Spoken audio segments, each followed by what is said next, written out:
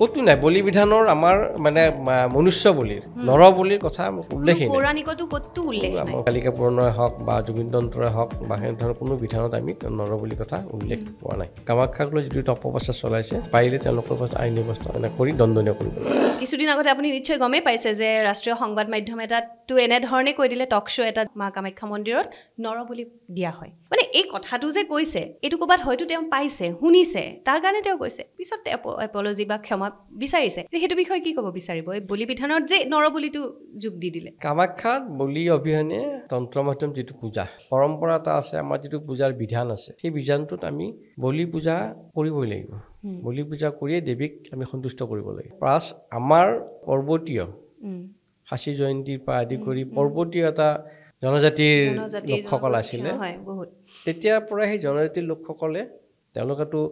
গছৰ ফল মূলৰ পৰা আদি জীৱ জন্তু ভক্ষণ কৰিছিলে কিন্তু তেওঁলোকে দেৱীক দি পেলাই তেওঁলোকে ভক্ষণ কৰিছিলে অৰ্থাৎ প্ৰসাদ হিচাপে গ্ৰহণ কৰিছিল সেই অনুযায়ী আমাৰ যিখন বিধান আছে আমাৰ যিখন পূজাৰ মাধ্যম আছে বিধি আছে বিধিত আমি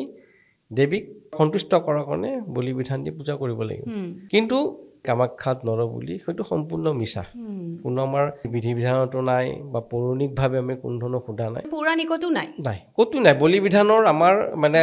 মনুষ্য বলিৰ নৰ বলিৰ কথা উল্লেখই নাই পৌৰাণিকতো কতো উল্লেখ নাই ছাগল বলি হয় মহ বলি হয় বা আমাৰ পাৰ বলি হয় হাঁহ হয় বলি হয়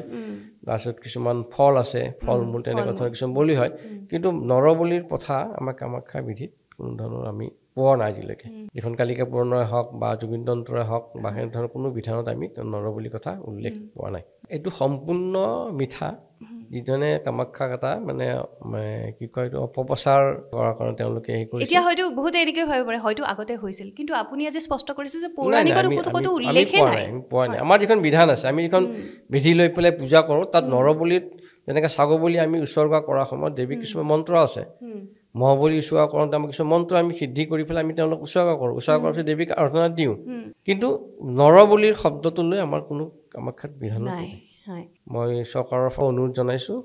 যে কামাখ্যাক লৈ যিটো অপপ্ৰচাৰ চলাইছে সেইটো সম্পূৰ্ণ মিছা পাৰিলে তেওঁলোকৰ ওপৰত আইনী ব্যৱস্থা মানে কৰি দণ্ডনীয় কৰিব লাগে